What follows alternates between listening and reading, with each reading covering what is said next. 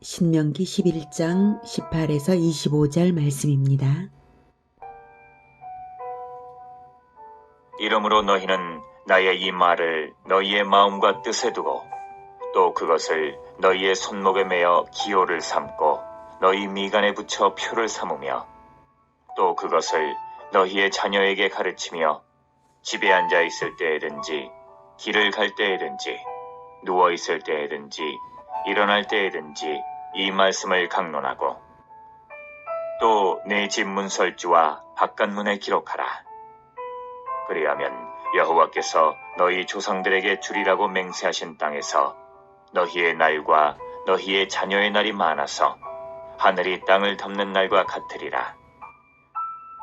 너희가 만일 내가 너희에게 명하는 이 모든 명령을 잘 지켜 행하여 너희의 하나님 여호와를 사랑하고 그의 모든 도를 행하여 그에게 의지하면 여호와께서 그 모든 나라 백성을 너희 앞에서 다 쫓아내실 것이라. 너희가 너희보다 강대한 나라들을 차지할 것인즉 너희의 발바닥으로 밟는 곳은 다 너희의 소유가 되리니 너희의 경계는 곧 광야에서부터 레바논까지와 유브라데 강에서부터 서해까지라. 너희의 하나님 여호와께서 너희에게 말씀하신 대로 너희가 밟는 모든 땅 사람들에게 너희를 두려워하고 무서워하게 하시리니 너희를 능히 당할 사람이 없으리라. 사랑하는 형제 여러분, 12월 31일 목요일 새벽 목상에 오신 것을 환영합니다.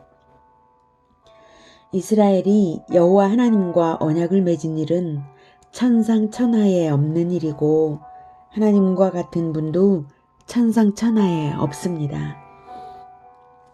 이스라엘 제2세대는 조상으로 인해 하나님과의 언약관계가 맺어지는 은혜를 입었는데요. 출애굽의 기적의 역사를 체험했고 제1세대의 반역과 징벌도 목격했습니다. 그리고 이제 눈앞에 하나님이 약속하신 가나안 땅을 바라보고 있습니다.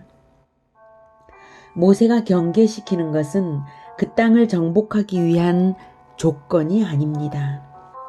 그 땅은 분명히 정복될 것입니다. 언약이기 때문에 정복될 것입니다. 중요한 것은 그 땅을 어떻게 정복할 것인지가 아니라 오히려 정복한 이후에 이스라엘이 어떻게 언약관계의 유지를 잘할 것인가, 그것입니다. 그 점에 그 승리와 축복을 잃지 않는 근거가 있습니다. 자, 원리를 들여다봅시다. 국가의 3요소를 아시죠? 영토와 국민과 주권자, 이 3요소로 나라가 이루어집니다. 세 가지 중에 결정력을 가진 순서대로 말하면 어떻게 될까요? 영토, 국민, 주권인가요? 국민, 영토, 주권자인가요? 주권자, 국민, 영토인가요? 예, 주권자, 국민, 영토입니다. 주권자가 있어서 백성과의 언약이 맺어져서 언약서인 율법이 세워진 것이고 마지막 단계로서 영토가 주어지는 것입니다. 그런데 가나안 땅에 들어가서 영토를 차지했다고 해서 주권자의 율법을 준수하기를 버린다면 영토가 있다고 해서 나라가 되는 것인가요?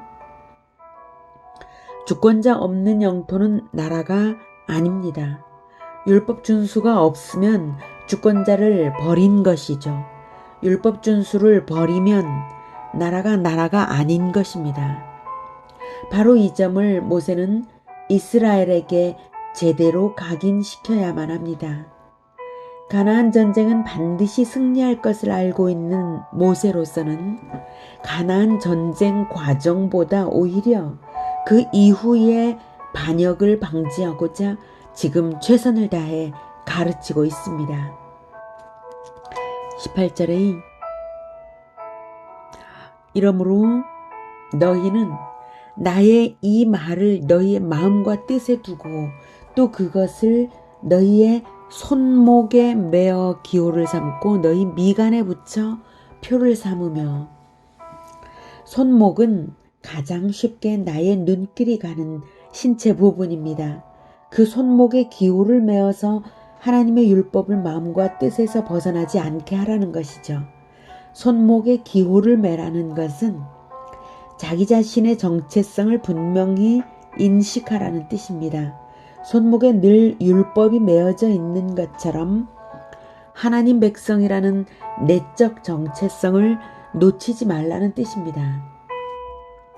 미간에 붙여 표를 삼으라는 것은 외적 정체성을 나타내라는 의미입니다. 마치 이마에 하나님 백성이라고 표를 붙인 것처럼 상대방의 눈에 선명하게 하나님 백성의 정체성을 나타내며 살라는 뜻입니다.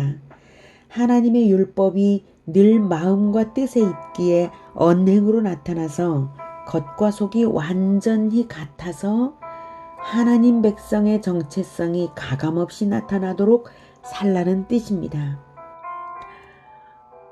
손목에는 내적 정체성, 미간에는 외적 정체성.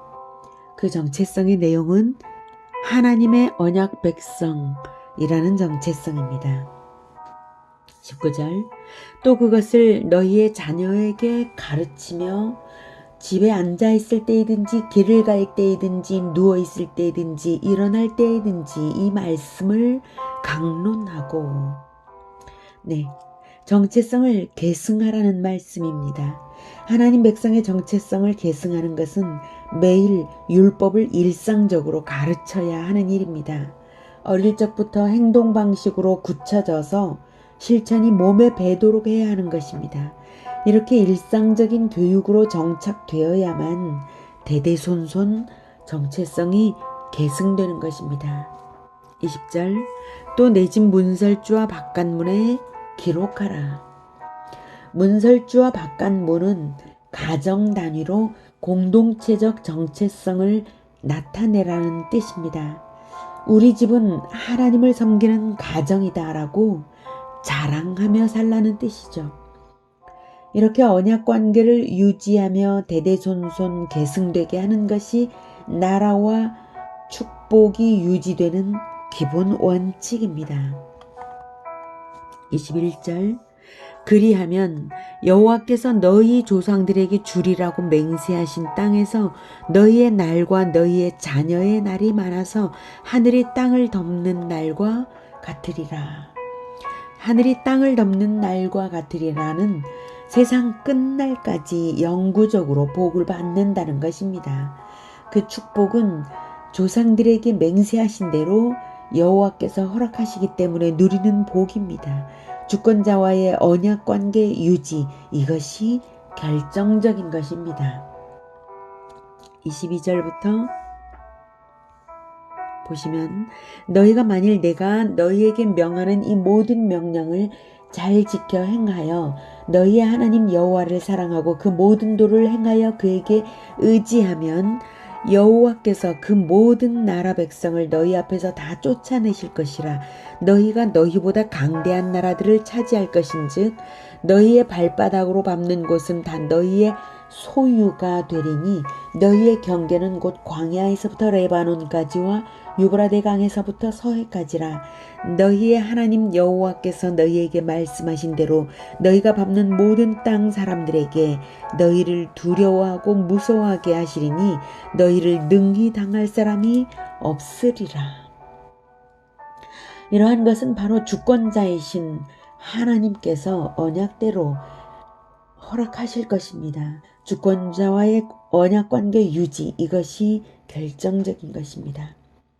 가나안 땅을 차지하는 것, 소유를 유지하는 것, 복을 대대로 누리는 것, 이것이 다 주권자 하나님과의 언약관계를 사랑으로 지키는 그것에 달려 있습니다. 우리의 미간에는 어떤 표가 있습니까? 우리의 이마에 주권자 그리스도의 이름표가 있습니까? 그리스도인이라는 정체성이 우리의 언행에 나타나고 있습니까? 우리의 가정이 동네 사람들 알기에 그리스도인 가정입니까? 어디서든지 예수 믿는 사람인 것을 자랑하십니까? 우리의 신앙 때문에 우리가 그리스도의 가르침을 날마다 배우고 지킴으로써 우리가 행복하다는 것이 세상 사람들에게 많이 나타나고 언제까지나 나타났으면 좋겠습니다. 그렇게 될 것입니다. 주 하나님의 언약이니까요. 우리를 통해 영광 받으실 하나님께서 우리를 잘되게 하심으로써 하나님의 통치를 세상에 자랑하실 것입니다. 우리의 이마에 하나님의 이름표가 있는 듯이, 우리의 손목에 하나님의 이름표가 있는 듯이 사는 사람들은 하나님께서 자랑하시고 싶어 하시는 백성이기 때문에 반드시 언약대로 될 것입니다. 기도하겠습니다.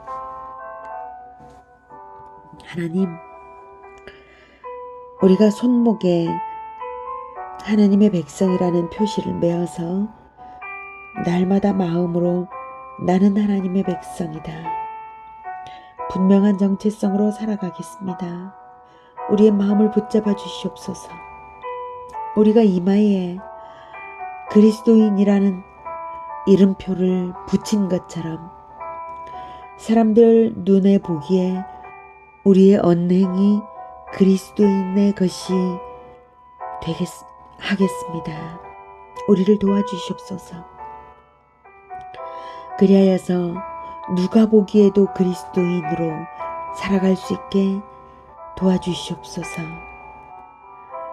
그리하여서 우리의 언행을 통해서 하나님께서 영광 받으시기를 원합니다. 하나님께서 우리가 가는 모든 곳, 우리가 하는 모든 일에 하나님께서 세상에 우리를 자랑하시고 싶으시도록 우리에게 모든 좋은 것으로 채워주시고 싶으실 그 언약 백성의 정체성으로 살아갈 수 있도록 우리를 붙들어 주시옵소서. 예수님의 이름으로 기도드립니다. 아멘. 이어지는 시간은 개인 기도 시간입니다.